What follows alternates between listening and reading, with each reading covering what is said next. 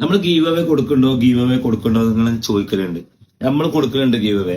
അതായത് എന്താണ് കൊടുക്കുന്നത്, ആരാണ് കൊടുക്കുന്നത് നമ്മൾ പറഞ്ഞു കൊടുക്കും എന്നുള്ള സാധനങ്ങൾ മാത്രമേ നമ്മൾ പറയുള്ളൂ. കാരണം നമ്മൾ ആരും പറ്റിച്ചൂല. ഗീവ് അവേ കൊടുക്കുന്നത് ഏത് സ്ഥാപനം നിങ്ങൾക്ക് സംശയം ഉണ്ടാവും. ബേബി ക്രൈ എന്ന് പറയുന്ന സ്ഥാപനം എവിടെ അറിയോ? വണ്ടൂർ റോട്ടില് ഹാപ്പി ഹൈപ്പർ മാർക്കറ്റ് കഴിഞ്ഞ ഉടനെ കാഞ്ഞിരപ്പടി എത്തുന്നതിന്റെ നേരെ തൊട്ട് മുമ്പുള്ള ബേബി ക്രൈ എന്ന് പറയുന്ന സ്ഥാപനത്തിന്റെ പ്രത്യേകത എന്താണെന്നല്ലേ, നമ്മളെ കുട്ടികൾക്ക് വേണ്ടിയിട്ട് എന്തൊക്കെ സാധനങ്ങൾക്ക് ആവശ്യമുണ്ടോ അതൊക്കെ ഒന്നിച്ച് കിട്ടുന്ന ഒരു സ്ഥാപനം.